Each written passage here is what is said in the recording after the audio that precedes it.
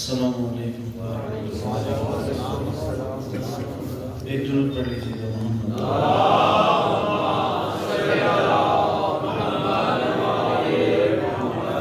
اعوذ باللہ من الشیطان الرجیم بسم اللہ الرحمن الرحیم الحمد للہ رب العالمین بارئ الخلائق اجمعین الذی لم یلد ولم یولد ولم یکن له کفوا احد الصلاة والسلام علی اشرف الانبیاء والمرسلین حبیبنا وحبیب الہ العالمین الذي سمي في السماء أحمد وفي الأرضين بأبي القاسم محمد اللهم صل على محمد وآل محمد وعلى آله الطيبين الطاهرين المعصومين واللعنة الدائمة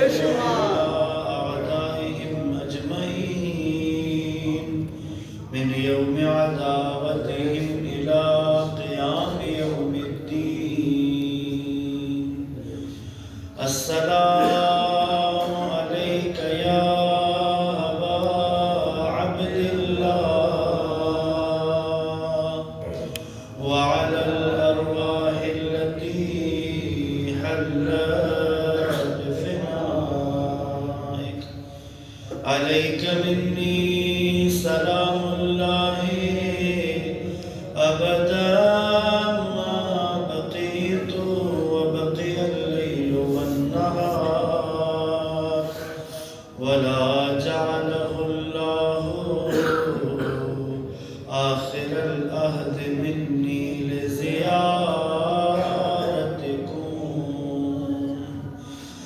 السلام على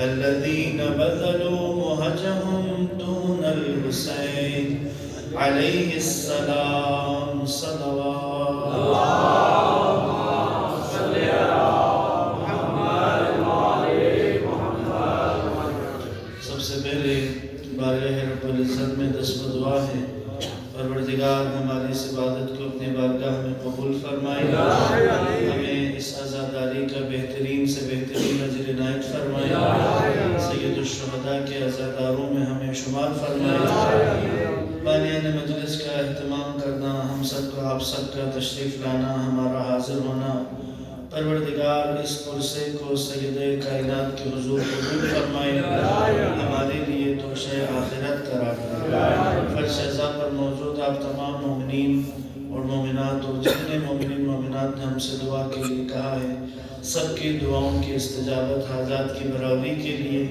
بالخصوص امام زمان کے ظہور کی تاجیل جبہ مقاومت کی فتح و نصرت اسرائیل کی نابودی اور اس مجلس کی قبولیت کی دعا کو شامل کر کے ان تمام دعاؤں کی قبولیت کے لیے درود پڑھیے گا محمد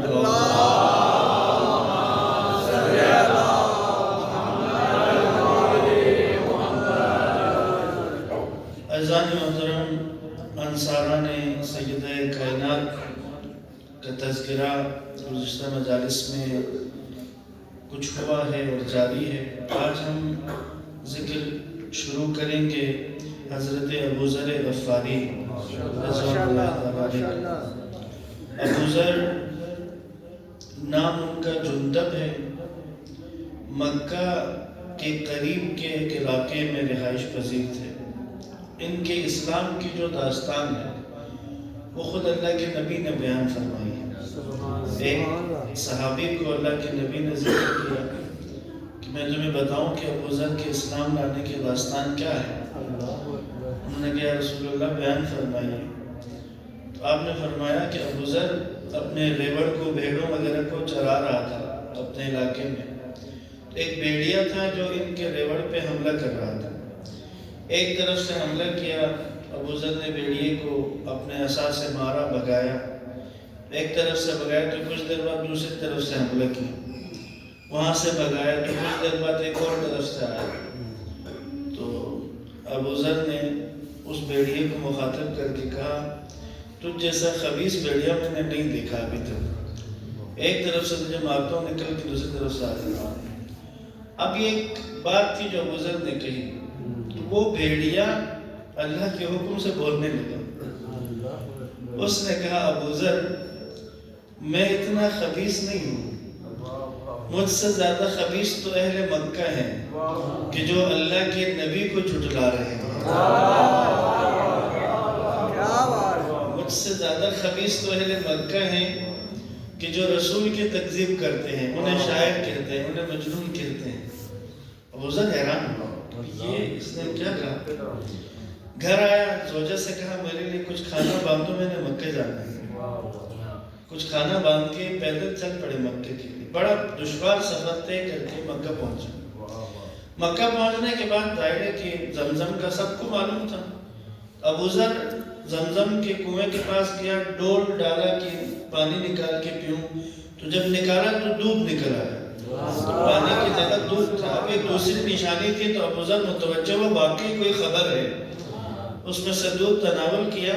تو وہاں کعبے کے قریب دیکھا تو کچھ لوگ آپس میں بیٹھ کے بات کر رہے تھے، ان کے پیچھے جا کے بیٹھ گئے، سننے لگا کیا کہہ رہے ہیں۔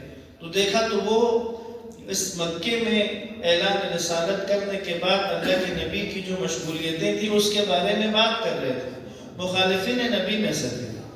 اب وہ تو نبی کے مخالف تھے، ان کی باتیں سن کے سوچا کہ ان سے پوچھوں گا تو یہ کبھی بھی میری رسائی کروائیں گے نہیں، تو انتظار کرتا رہا، یہاں تک کہ دیکھا کہ حضرت ابو طالب تشریف لائے وہاں۔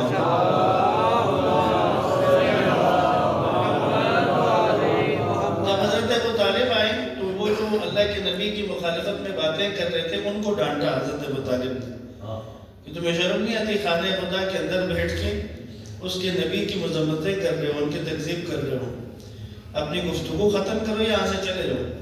اب ابو ذر کو اندازہ ہوا کہ یہ جس نے نبی کی حمایت کی ہے انہی سے پوچھنا چاہیے۔ حضرت ابو طالب چل پڑے تو پیچھے پیچھے چل پڑا، آگے کسی گلی میں جا کے حضرت ابو طالب کو محسوس ہوا کوئی بندہ پیچھے آ رہا ہے، موڑ کے پوچھا کوئی کام ہے، کوئی حاجت ہے، کوئی پریشانی ہے؟ کہا مجھے نبی سے ملنا ہے۔ اب جو کا نبی سے ملنا ہے یہ تو محافظ نبی ہے، فوراً کہا تمہیں کیا کام ہے نبی کے ساتھ؟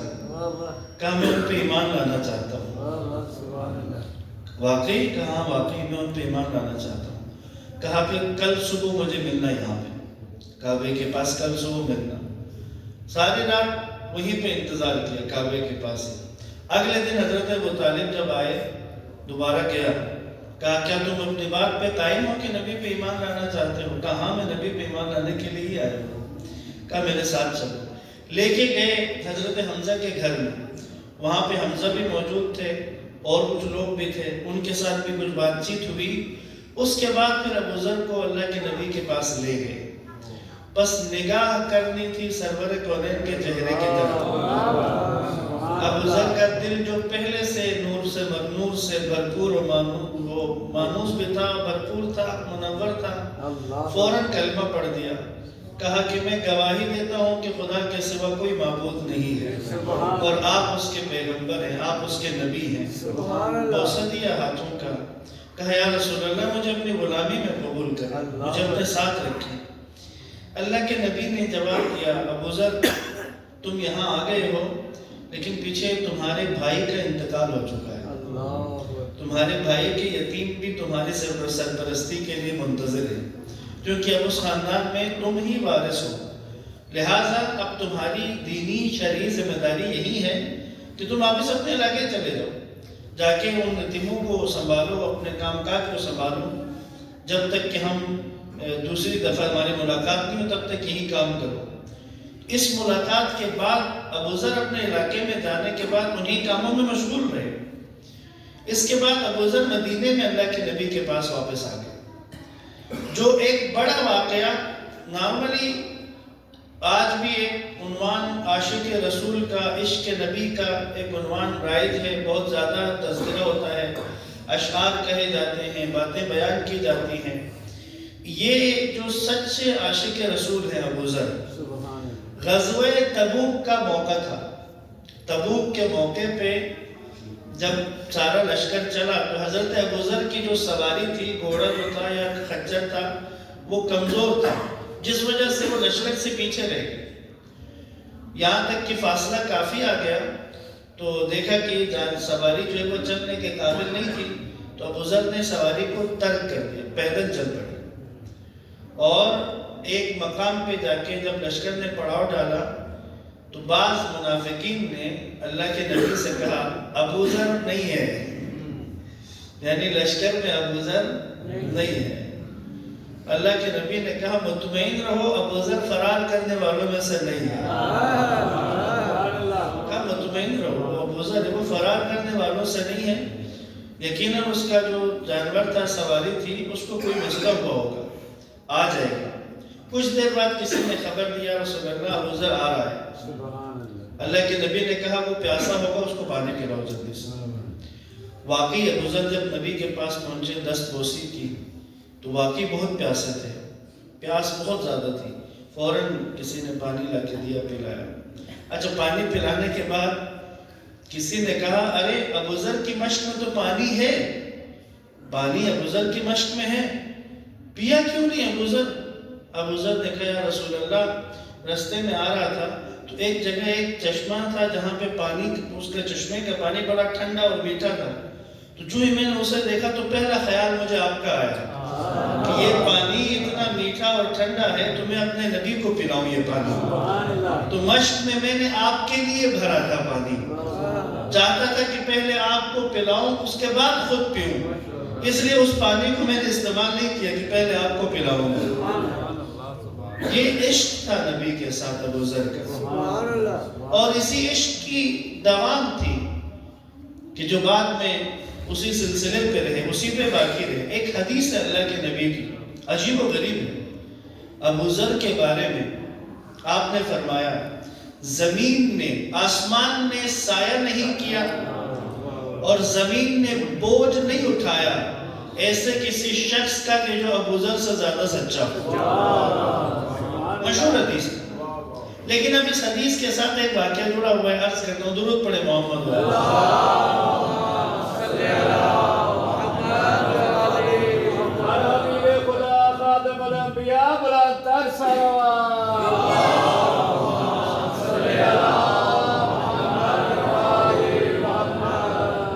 ایک شخص چھٹے امام کے پاس آیا اور کہا کیا یہ حدیث صحیح ہے کہ آسمان نے سایہ نہیں کیا، زمین نے بوجھ نہیں اٹھایا کہ جو ابو ذر سے زیادہ کوئی سچا ہو؟ سبحان اللہ۔ امام نے کہا بالکل صحیح ہے۔ تو کہا آپ لوگ بھی تو ہیں، یعنی امیر المومنین بھی تو ہیں، اہل بیت بھی تو ہیں، تو کیا ابو ذر آپ لوگوں سے اوپر ہیں؟ امام علیہ السلام مسکرا دیا، اندازہ ہو گیا کہ یہ کیا سوچ رہا ہے اور کیا پوچھنا چاہتا ہے۔ اس کو اس کے انداز میں سمجھایا، کہا یہ بتاؤ سال میں سے وہ 4 مہینے کون سے ہیں جو اللہ کے ہاں بہت زیادہ محترم ہیں؟ کہا ہاں وہ حرام مہینے ہیں، رجب ہے، ذی قعدہ ہے، ذو الحجہ ہے اور محرم ہے۔ کہا یہ 4 مہینے خدا کے ہاں بہت محترم ہے نا؟ کہا بالکل محترم ہے، قرآن میں بھی ان کا ذکر آیا۔ کہا یہ بتاؤ رمضان المبارک کی فضیلت کتنی ہے؟ کہا رمضان کی فضیلت تو بہت زیادہ ہے۔ کہا یہ بتاؤ آیا یہ 4 حرام مہینے جو محترم ہیں ان کا احترام زیادہ ہے یا رمضان مبارک کا زیادہ ہے؟ اس نے کہا کوئی مقایسہ نہیں ہو سکتا ان کا آپس میں، یعنی وہ اپنی جگہ ایک حرام مہینے، محترم مہینے ہیں، لیکن ان کو رمضان مبارک کے اوپر ترجیح نہیں دی جا سکتی۔ رمضان کا اپنا احترام ہے، تو کہا بس سمجھو کہ اہل بیت محمد کا یہی معاملہ ہے کہ باقی لوگ احترام اپنی جگہ مقام رکھتے ہیں، لیکن وہ مقام اہل بیت سے مقابلے اور مقایسے کا نہیں ہوتا ہے۔ اہل بیت کے اوپر کسی کی گنجائش نہیں ہے۔ یہ موضوع اتنا واضح ہے کہ جو ہمارے برادران اہل سنت کے 4 مکاتب ہیں، ایک ان میں فقہ حنبلی ہے جس کے امام احمد بن حنبل ہیں۔ کسی محفل میں ان سے سوال کیا افضلیت صحابہ کا، پوچھا گیا کہ صحابہ میں درجوں کے اعتبار سے پہلے کون آتا ہے، پھر کون آتا ہے، پھر کون؟ تو احمد بن حنبل نے پہلا نام لیا، ایک نام لیا، پوچھنے والے نے کہا ثم، پھر ایک اور نام لیا، اس نے پوچھنے والے نے کہا ثم، پھر تو ایک اور نام لیا، 4-5 نام لیے۔ پوچھنے والے نے کہا ایک سوال پوچھوں، برا تو نہیں منائیں گے؟ کہا پوچھو۔ آپ نے 5 ناموں تک لے لیے لیکن علی کا نام نہیں لیا، آپ نے علی کا نام نہیں لیا۔ احمد بن حنبل نے کہا تم نے بھی اصحاب کا پوچھا ہے، اہل بیت کا نہیں پوچھا۔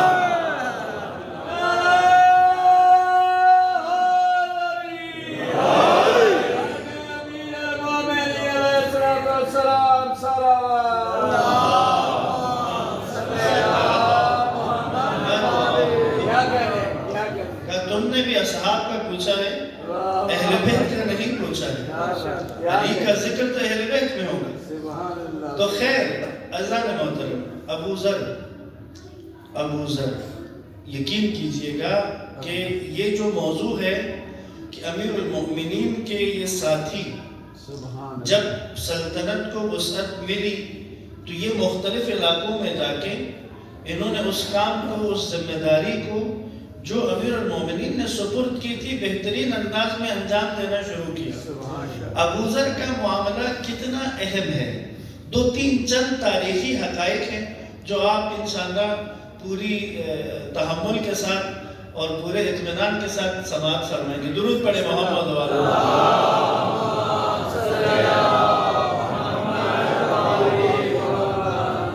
امیر المومنین کی طرف سے ابو ذر کی جو ڈیوٹی لگی وہ شام کی لگی۔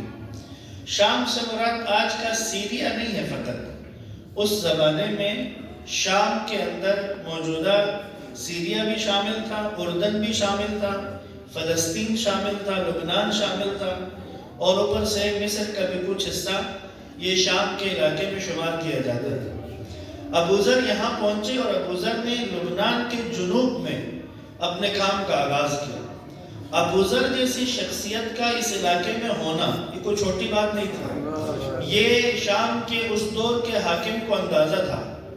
ہوا یہ کہ ایک مالی معاملہ ہے، قرآن مجید نے بھی جس کا ذکر کیا، مال فے کے بارے میں، یعنی وہ مال جو بغیر کسی جنگ کے حاصل ہو، اس مال کو کہاں کہاں خرچ کرنا ہے یہ بھی اللہ نے قرآن میں بتایا ہوا ہے، اس کے بارے میں واضح رہنمائی موجود ہے۔ اب مال فے کے بارے میں شام کے اندر کرپشن شروع ہو گئی کہ حاکم گورنر مال فے میں کرپشن کر رہا ہے، لیکن ابو ذر شام میں موجود ہیں، آسانی سے کرنے نہیں دیں گے۔ ایسا ہی تھا، جنوبی لبنان کی طرف سے اٹھے ہیں اور اس کے بعد دمشق کے اندر ایک پورا گروہ ابو ذر کے ساتھ تیار ہوا کہ جنہوں نے ریزسٹ کیا، جنہوں نے مزاحمت کی، جنہوں نے مقاومت کی، کہا کہ مال فے اسی طرح تقسیم ہو جس طرح اللہ کے نبی نے تقسیم کیا، جس طرح قرآن نے کہا ہے۔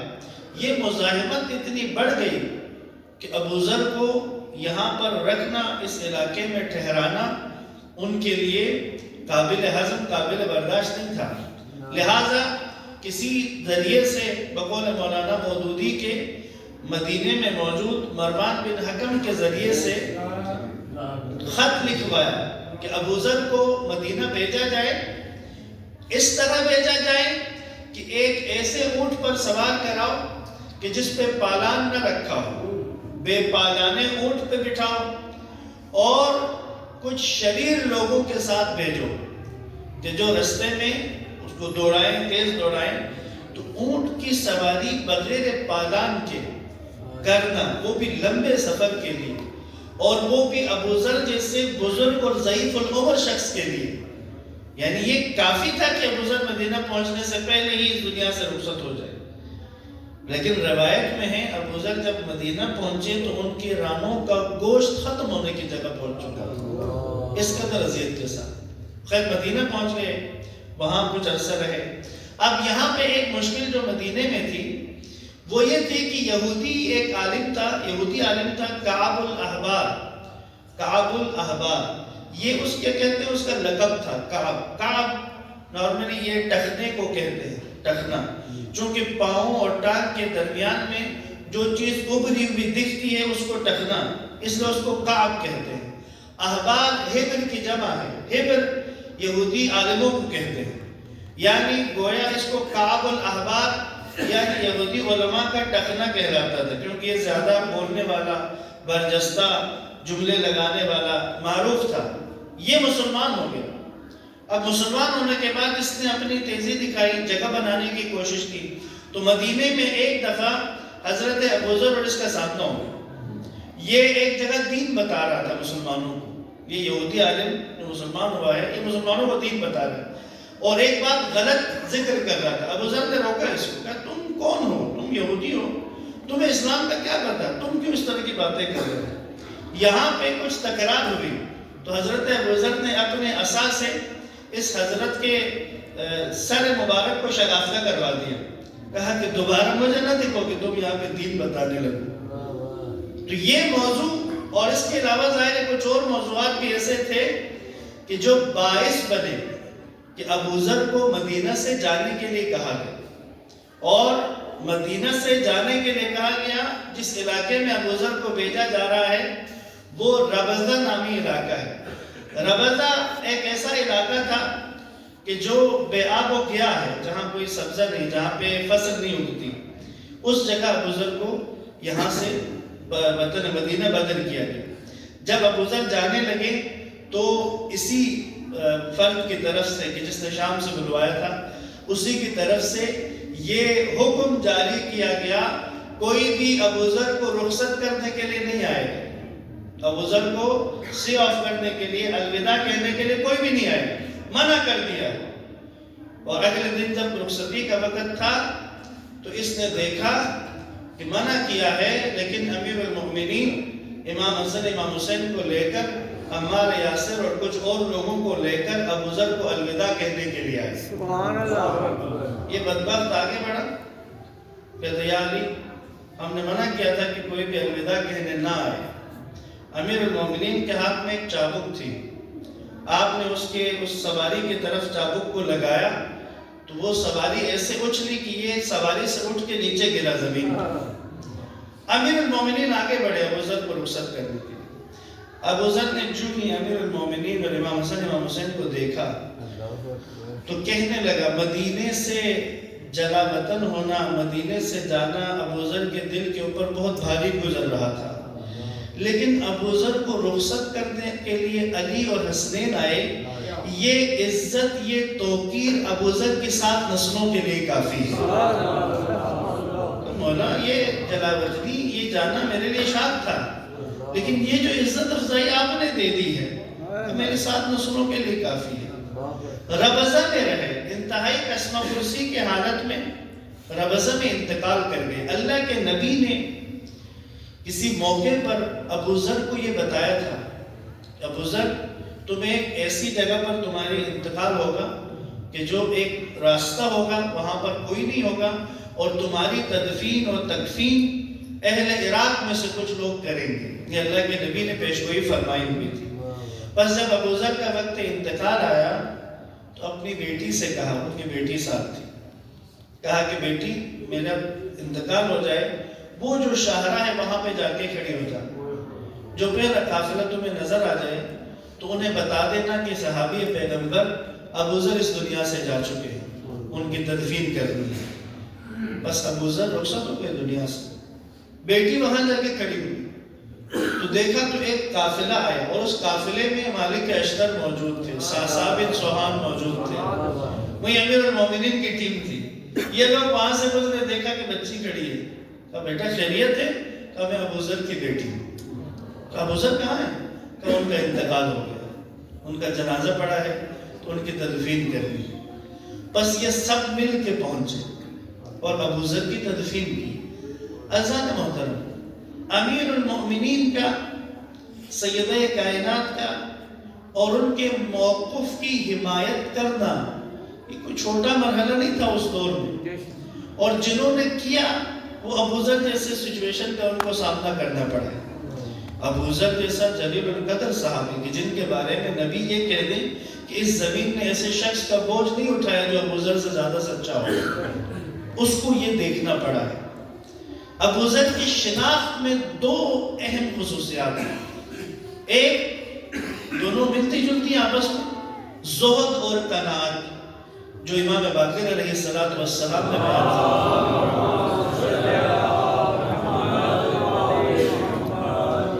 زہد اور قناعت ایسی صفات ہیں، کوئی بھی انسان بے نیاز ہونا چاہتا ہے، محتاجی سے بچنا چاہتا ہے، ان دو صفات کا حامل ہو جائے بے نیاز ہو جائے۔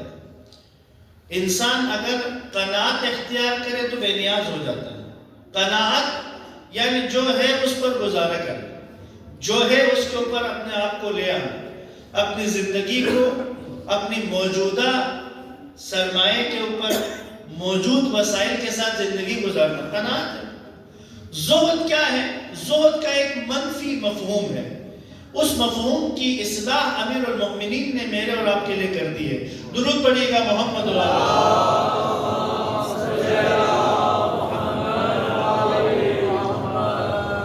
زہد، بعض لوگ کہتے ہیں کہ زہد ترک دنیا کو کہتے ہیں، کہ دنیا کے تمام آسائشوں کو، تمام نعمتوں کو ترک کرے انسان، تو یہ زہد ہے۔ نا، زہد امیر المؤمنین نے فرمایا، زہد کیا ہے کہ جو نعمت ملے اس پر فخر نہ کرے اور جو نعمت چھن جائے اس پر افسوس نہ کرے۔ یعنی اللہ نے کچھ دیا تو اس کے اوپر چوڑا نہ ہو جائے، اور اگر کچھ چھن جائے تو افسوس نہ کرے۔ دیکھیں نا، اگر انسان کو اس بات کی تسلی ہو، انسان کو اس بات کی تسلی ہو کہ جو کچھ میرے پاس ہے وہ اللہ کا ہے، تو پھر انسان کو کیا فرق پڑتا ہے؟ انسان کیوں افسوس کرے گا کسی چیز کے چھن جانے پہ؟ اللہ اگر کوئی واپس لے لے یا اللہ کو عطا کرے تو اس عطا میں اپنے آپ کو بڑا سمجھنا یہ ایک مرض ہے۔ بعض اوقات کسی عنایت کو ہم اپنی فضیلت سمجھنے لگے۔ ساسا بن سوہان بیمار ہو گئے، امیر المومنین ان کی عیادت کے لیے گئے۔ ساسا مولا علی کے بڑے جانثاروں میں سے اور انتہائی علم و فضل والے لوگوں میں سے، وہ مریض ہوئے، بیمار ہوئے، تو مولا علی ان کی عیادت کے لیے گئے۔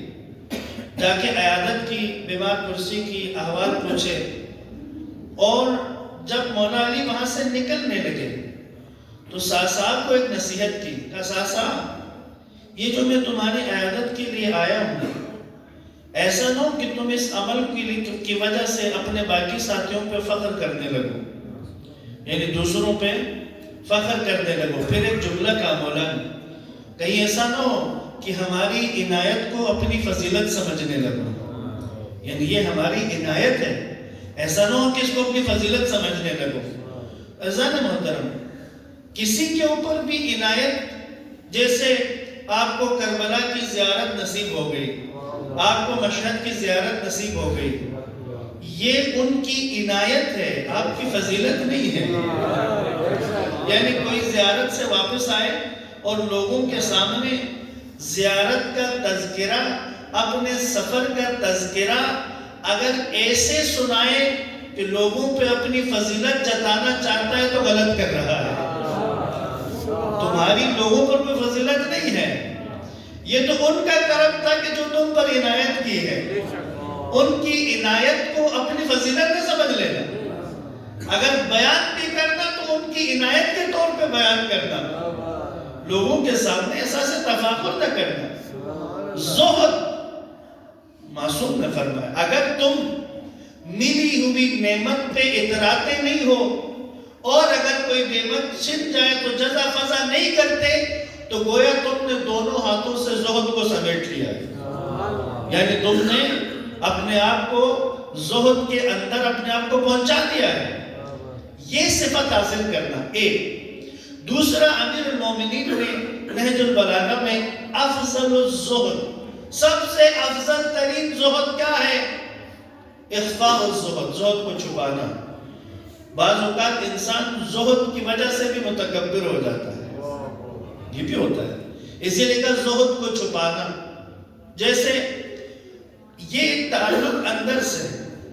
اگر انسان اندر سے طلبگار دنیا نہیں ہے تو ممکن ہے کہ بہت ساری نعمتیں اس کے آس پاس ہوں, مناسب گھر میں رہتا ہو, لیکن اس کا دل دنیا کے ساتھ لگا ہوا نہ ہو. ہمارے علماء میں سے, مراجع میں سے, مجتہدین میں سے ایک بڑا نام آیت اللہ نراقی کا ہے, جن کی اخلاقیات کی کتاب ہے. بڑی شخصیت ہے. خاندانی طور پہ مال و اموال والے تھے, زمینیں زیادہ تھیں, آمدن بھی تھی, تو ان کا گھر بھی اسی حساب سے تھا, رہتے تھے, نوکر چاکر تھے, کام کرنے والے تھے, سلسلہ سارا چلتا تھا. ایک درویش کو یہ جوش چڑھا کہ نراقی کو نصیحت کرنا چاہیے, دنیا دار ہو گئے, نراقی کے دل میں دنیا کی محبت ہے. تو درویش کیا جاگے کہا یہ کیا تم دنیا کے پیچھے لگے ہوئے ہو؟ آگا مسکرائے, اندازہ تھا. کہا آپ بتائیں میں کیا کرنا چاہیے؟ کہا یہ چھوڑو یہ سب کچھ, چلو میرے ساتھ کربلا چلتے ہیں, وہاں مجاور بنتے ہیں, وہیں پہ رہتے ہیں, خدمت کریں گے وہاں پہ. کہا ٹھیک ہے چلو چلتے. اٹھے اور چل پڑے درویش کے ساتھ. اب نکلے, کچھ باہر نکلے, رستے میں گئے تو درویش نے پانی پینے کے لیے کنویں پہ رکے. تو اب درویش نے دیکھا تو اس کا کشکول نہیں تھا. تو کہتا ہے ارے میرا کشکول نہیں ہے, لگتا ہے تمہارے گھر میں رہ گیا, چلو کشکول لے کے آتے میرا. آقا نے کہا بھی کشکول کا کیا کرنا ہے, چھوڑو کربلا جا رہے. کہ تو نہیں کشکول کے بغیر میں چل نہیں سکتا, میں اسی میں کھانا کھاتا ہوں, اسی میں پانی پیتا ہوں, کشکول ہی میرا سب کچھ ہے, میں اس کے بغیر پھیل بھی نہیں سکتا, چلو پہلے کشکول لے کے آئیں گے. تو آغا احمد نراقی نے کہا یہ بتاؤ دنیا سے دل کس کا جڑا ہوا ہے؟ تیرے پاس صرف ایک کشکول تھا کہ جس کو چھوڑنے کے لیے تیار نہیں ہو. میں تو اپنے سب کو چھوڑ کے آ گیا تمہارے ساتھ کربلا جانے کے لیے. درویش کے کندھے پہ ہاتھ رکھ کے کہا کہ بھائی دنیا کے ساتھ دل مت لگاؤ, رہنا تو تم نے دنیا کے اندر ہی ہے. دنیا میں رہنے سے منع نہیں کیا ہے, کمانے سے منع نہیں کیا ہے, دل دنیا سے نہیں لگنا چاہیے. اسی لیے مثال کیا دی؟ کہا تمہاری اور دنیا کی مثال پانی اور کشتی کی طرح ہے. اگر پانی کشتی کے نیچے رہے تو کشتی آگے سفر کرتی ہے, یہی پانی کشتی کے اندر آ جائے تو کشتی سفر نہیں کر سکتی, ڈوب جاتی ہے. لہٰذا دنیا میں رہو, دنیا تم پہ نہ رہے. صلوات پڑھیے گا محمد و آلہ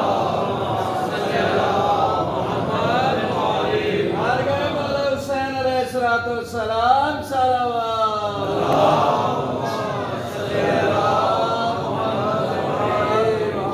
بس زہد کا معنی کبھی بھی یہ نہیں رہا. دین نے کبھی بھی پیروکاروں کو, دینداروں کو حرکت کرنے سے, محنت کرنے سے, کمانے سے, کوشش کرنے سے, سرمایہ حاصل کرنے سے, ثروت حاصل کرنے سے روکا نہیں, کبھی نہیں روکا, بلکہ تشویق دلائی ہے, بلکہ شوق دلایا ہے دین نے. سادہ سا کلیہ جو آپ سب نے سنا ہوا ہے قرآن مجید کی, وہ بار بار آنے والی آیت اقیم الصلاۃ. ہاں کیونکہ سب سے بڑا ہوتا ہے, سب کٹھے بولیں گے تو زیادہ مزہ آئے گا. اقیم الصلاۃ, اقیم الصلاۃ. کبھی آپ نے سوچا اس کا ایک سادہ سا مطلب یہ بنتا ہے اقیم الصلاۃ وآتوا الزکاۃ, یعنی خدا نماز پڑھنے والوں کو زکوٰۃ دینے والوں میں دیکھنا چاہتے ہیں, لینے والوں میں نہیں دیکھنا. اقیموا الصلاۃ وآتوا الزکاۃ، کہ میرے بندے نماز پڑھ اور زکات دے، لے نہیں، لینے والا نہ بن، دینے والا بن۔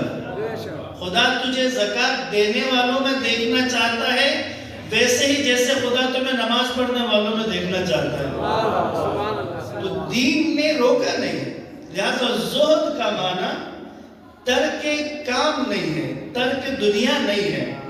زہد کا معنی یہ ہے کہ دنیا دل میں نہ بس جائے۔ کیوں؟ اگر دنیا دل میں بس جائے تو پھر حق کا ساتھ نہیں دے پاتا بندہ۔ دنیا میں رہے، کام کرے۔ جناب صفوان جمال بھی ایک بڑا کاروباری تھا۔ صفوان جمال 7ویں امام کے اصحاب میں سے، 6ٹھے امام کا دور بھی دیکھا ہے، 7ویں امام کا بھی صحابی رہا، بڑی سطح کا کاروباری ہے۔ یعنی سمجھے کہ یہ جو آج کے دور میں سامان کو ایک شہر سے دوسرے شہر لے جاتے ہیں تو گڈز کا اڈا بناتے ہیں، گڈز بناتے ہیں، مال وغیرہ ترسیل کرتے ہیں، تو صفوان کا اس زمانے میں مال کی ترسیل کے لیے یا سفر پہ جانے کے لیے اونٹوں کو استعمال کرتے تھے۔ تو صفوان کے پاس ایک بڑی تعداد میں اونٹ تھے کہ جو کرائے پر دیا کرتے تھے، اور چھوٹی سطح کا کام نہیں تھا، بڑی سطح کا کام تھا۔ یعنی بڑی سطح، اتنی بڑی سطح کا کام تھا کہ حکومت وقت کو بھی اونٹوں کی ضرورت پڑے تو صفوان سے کرائے پہ لیتے تھے۔ آپ اندازہ کر لیں، اگر حکومت کرائے پہ اونٹ صفوان سے لے رہی ہے تو لیول کاروبار کا کیا ہوگا؟ ایک دن 7ویں امام کے پاس بیٹھا ہوا ہے، بس وہ نقطہ یاد رہے، دنیا میں رہو، دنیا تمہارے دل میں نہ رہے۔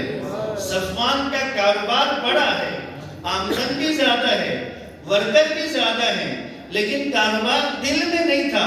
بیٹھا ہے 7ویں امام کے سامنے، امام نے پوچھا، صفوان مولا سنا ہے کہ ہارون کو بھی اونٹ کے رائے پر دینے لگے ہو۔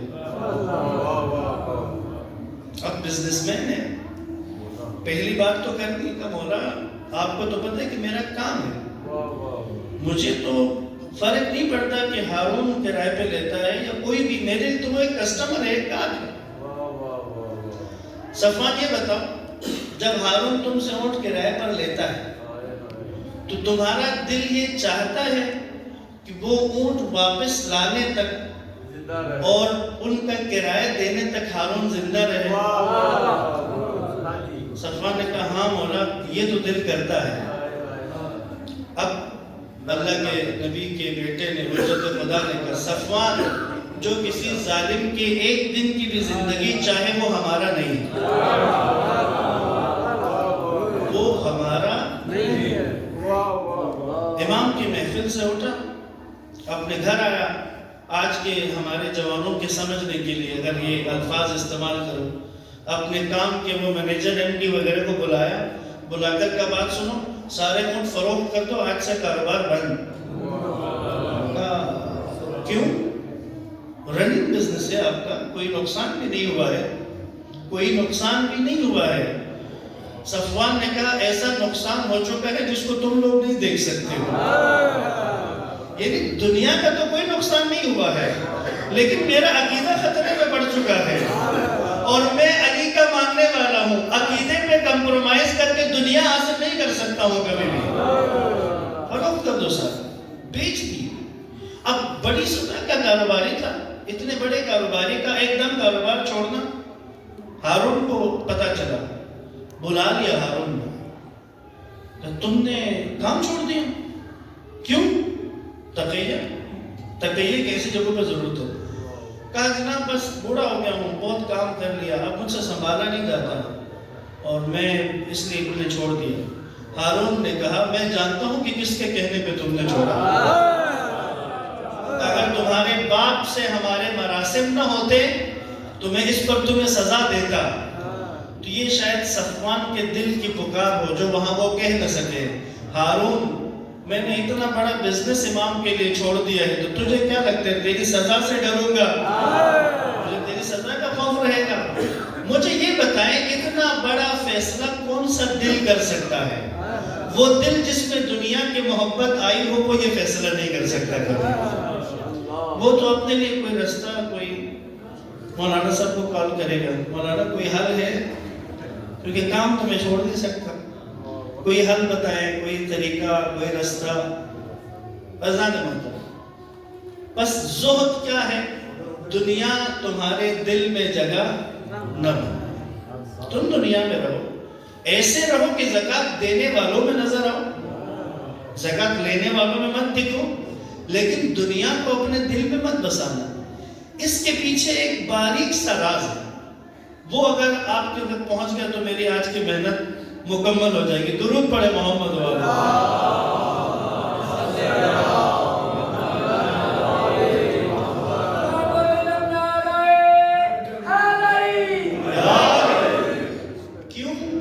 کیوں دنیا کی محبت کی اتنی مذمت؟ کیوں دنیا کی محبت سے روک رہے ہیں؟ کیوں اس قدر تاکید ہے؟ کیوں؟ یہ لفظ ہے دنیا، یہ دنو سے نکلا، پستی کو کہتے ہیں. دنو پستی، دنیا پستی. یعنی اگر دنیا کو سادہ سادہ اردو میں ڈالوں تو یہ بنتا ہے پستیوں کی پستی. پستیوں کی پستی، دنو، دنیا. اور اس کا ایک اپوزٹ لفظ ہے علو، عین لام واو. علو بلندی، علو سے علی ہے، بلندیوں کی بلندی کو علی کہتے ہیں.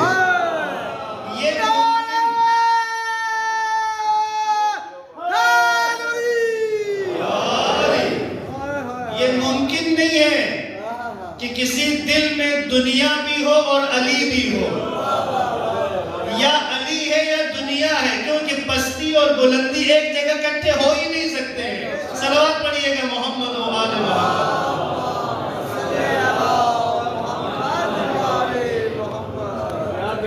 جناب علی علیہ الصلوۃ والسلام، بلند تر صلوات.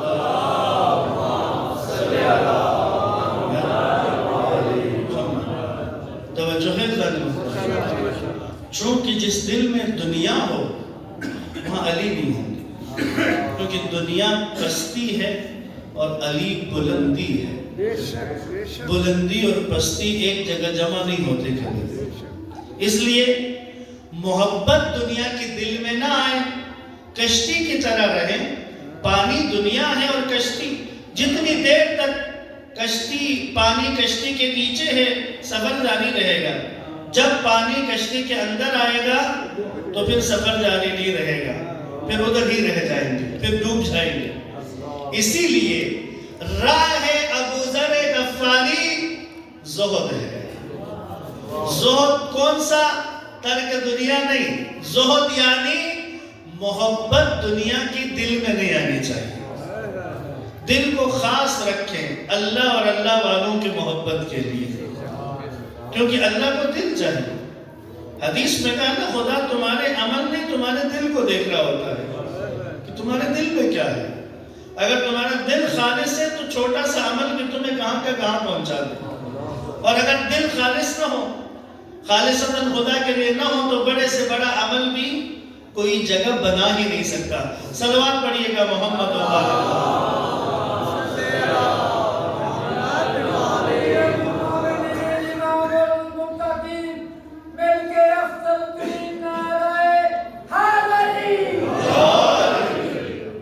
درود پڑھیے گا محمد و آل محمد.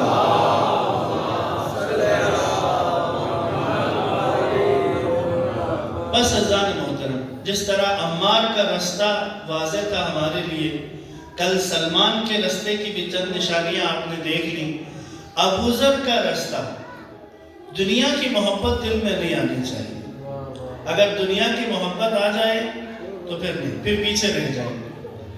یہ رستے ہیں ابوذر، سلمان، عمار، مقداد، یہ رستے ہیں کہ جن پہ چلیں تو علی تک پہنچتا ہے بندہ. انہوں نے کتنی ایسی نسلوں کو علی سے جوڑ دیا لے جا کے. لوگوں کی نسلوں کی نسلیں امیر المومنین کی، جیسا کہ جنوبی لبنان کا میں نے شروع میں ذکر کیا. آج اگر آپ حزب اللہ دیکھ رہے ہیں تو یہ بیج ابوذر غفاری کا لگایا ہوا ہے، جو پوری دنیا میں امیر المومنین کی منطق کی ترجمانی کر رہی ہے. یہ ابوذر کا لگایا ہوا بیج جو آج تناول درخت بن چکا ہے. یہی رستہ ہے امیر المومنین کے طریق تک پہنچنے کے لیے۔ پروردگار مجھے آپ سب کو زہد کے اس مفہوم کو کہ جس کی تشریح امیر المومنین نے کی ہے، اس کے حامل بننے کی توفیق عنایت فرمائے۔ سیدہ کائنات کے صدقے میں قناعت و زہد سے مالا مال ہونے کی توفیق عنایت فرمائے۔ پھر درود پڑھیے گا محمد و آل محمد۔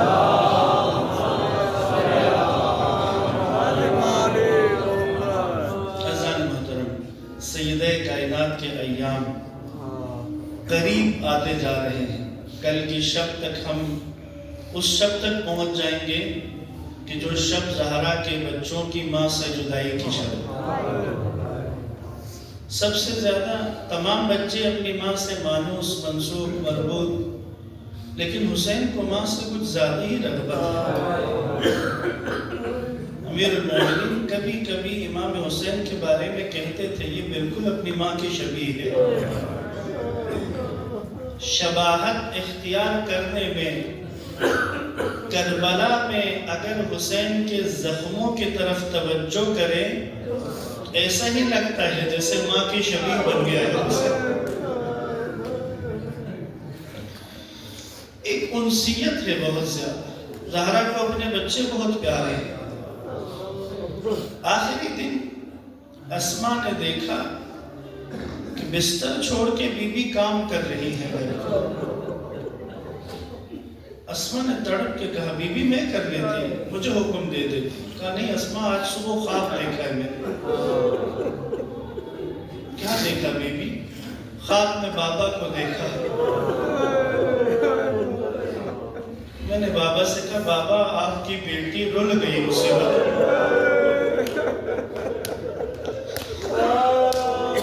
کہا مجھے بابا نے کہا فاطمہ بس آج کا دن ہے، آج کی رات میں اور تمہاری ماں جنت میں تمہارے منتظر ہے۔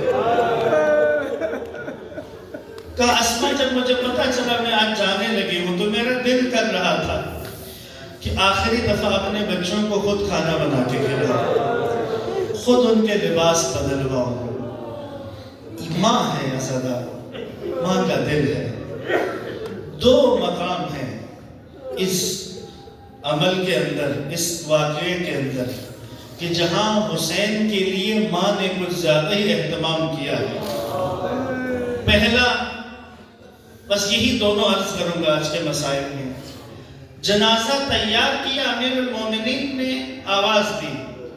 یہ جو آواز مولا نے دی ہے رسم دنیا ہے، ماؤں کے جنازوں پر اسی طرح بچوں کو آواز دی جاتی ہے۔ کیا کہا امیر المومنین نے؟ کہا بچوں آؤ ماں کا دیدار کرو، اب پھر یہ چہرہ نہیں نظر آئے گا تمہیں، اب پھر یہ چہرہ نہیں دیکھ پاؤ گے، آؤ بچوں ماں کا دیدار کرو۔ میں نے عرض کیا نا حسین کو ایک الگ انسیت ہے ماں کے ساتھ۔ باقی تینوں بچے آ گئے، حسین دور کھڑے ہیں۔ علی نے حسین کی طرف نگاہ کی، کہا حسین کیا ماں کا دیدار نہیں کرو گے؟ بابا دو سوالوں کے جواب دیں گے؟ پوچھو میرے لال۔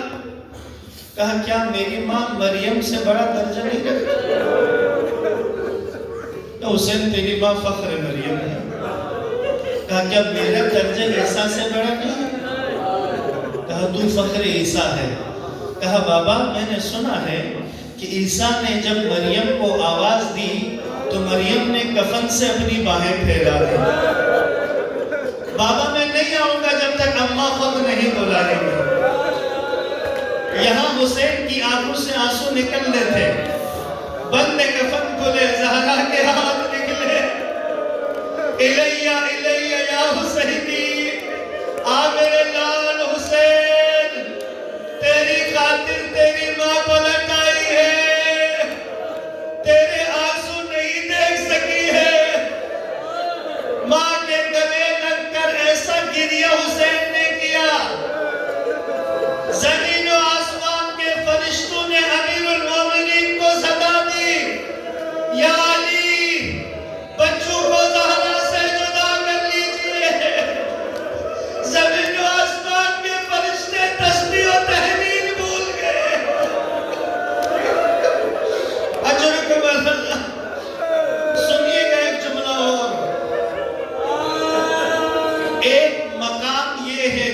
زہرا حسین کے لیے آ گئی۔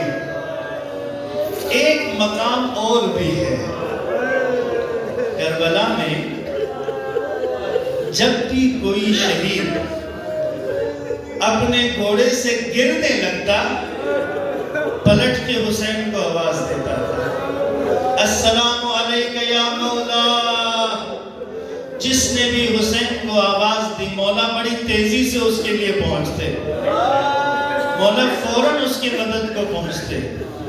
ساتھیوں نے آواز دی، حسین پہنچے، بھتیجوں نے آواز دی، حسین پہنچے، بھائیوں نے آواز دی، حسین پہنچے، بیٹے نے آواز دی، حسین پہنچے۔ لیکن جس وقت حسین زلجنہ سے گرنے لگے تھے، حسین کسی کو نہیں پکار سکتے تھے۔ میں پوری ذمہ داری کے ساتھ مجلس میں موجود سادات سے معافی مانگ کر پوری ذمہ داری سے ایک جملہ کہنے لگا ہوں۔ مقتل مکرم میں بھی موجود ہے، نفس المحموم میں بھی موجود ہے۔ وہ زخم جس کی وجہ سے زہرا کا لال زلجنہ کی زین پہ سنبھل نہیں سکا، وہ صالح ازدی ملعون کا نیزہ تھا۔ اب جملہ سن سکے تو معاف کر دیجئے گا سادات، اس ملعون نے حسین کے پہلو پہ وار کیا تھا۔ پہلو پہ نیزے کا لگنا تھا، نہ جانے اس پہلو کے زخم کی کیا نسبت ہے۔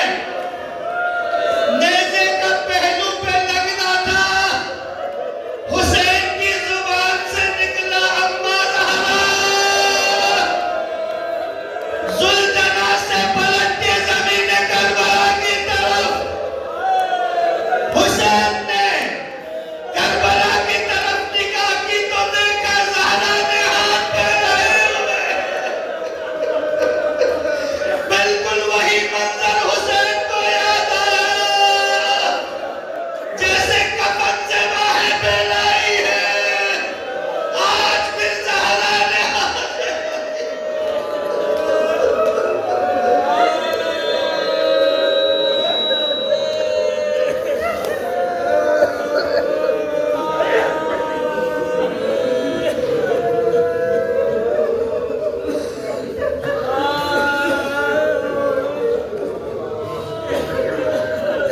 الا لعنت اللہ علی القوم الظالمین وسيعلم الذين ظلموا أي منقلب ينقلب انا لله وانا الیہ راجعون اللهم عجل لوليك الفرج والعافية والنصر واجعلنا من انصاره واعوانه والمستشهدين بين يديه۔ پروردگارا، جتنے مومنین تشریف فرما ہیں، جتنے مومنین مومنات نے ہم سے دعا کے لیے کہا، بار الہ تجھے واسطہ سیدہ اور سجدہ کے بچوں کا، پروردگارہ سب کی مشکلات کو آسان فرما، تکلیفوں کو دور فرما، پریشانیوں سے نجات عطا فرما، گناہوں کی مغفرت فرما۔ بار الہ ہم میں سے جو مریض ہیں ان کو شفاء کامل و عاجل نصیب فرما، جو بے اولاد ہیں انہیں اولاد عطا فرما، جو بے گناہ اسیر ہیں ان کو رہائی نصیب فرما، جو مقروض ہیں ان کے قرض ادا فرما، رزق میں وسعت، آمدن میں اضافہ فرما۔ پروردگارہ ہم سب پر رحم فرما، ہمیں ادائے شکر اختیار کرنے کی توفیق عنایت فرما، اپنی یاد سے ہمارے دلوں کو منور فرما۔ پروردگارہ تو بالکل ویسا ہے جیسا ہم چاہتے ہیں، بس ہمیں ویسا بنا دے جیسا تو چاہتا ہے۔ بار الہ زہد کی بہترین شکل جو معصوم نے تعلیم دی، اختیار کرنے کی توفیق عنایت فرما، راہ ابو ذر غفاری کو اختیار کرنے کی توفیق عنایت فرما۔ مولا امام زمان کے ظہور میں تعجیل فرما، ہمیں مولا کے اعوان و انصار میں شامل ہونے کی توفیق عنایت فرما، راگر معظم کی عمر دراز فرما، بیت اللہ سیستانی و دیگر مراجع کو صحت و سلامتی عطا فرما، تمام مقاومتی گروہوں کی مدد و نصرت فرما، اسرائیل کے نجس وجود سے مغربی ایشیا کے دامن کو پاک فرما، ہمارے ملک کی تمام تر مشکلات کو آسان فرما، حاضرین کی تمام تر نیک شرعی حاجات کو پورا فرما، تمام حاضر آپ تمام مومنین کے مرحومین شہداء اسلام کے بلندی درجات، بالخصوص لبیب حسین عابدی مرحوم، نفیس فاطمہ عابدی مرحومہ، دلدار حسین عابدی مرحوم، محمدی بیگم و دیگر مرحومین خاندان، بیگم و سید اقبال حیدر عابدی مرحوم، سید ذہین الحسن نقوی مرحوم، سید سجاد نقوی مرحوم و دیگر مرحومین خاندان، ان مرحومین کو بھی شامل کر کے سب کی بلندی درجات کے لیے سورہ فاتحہ۔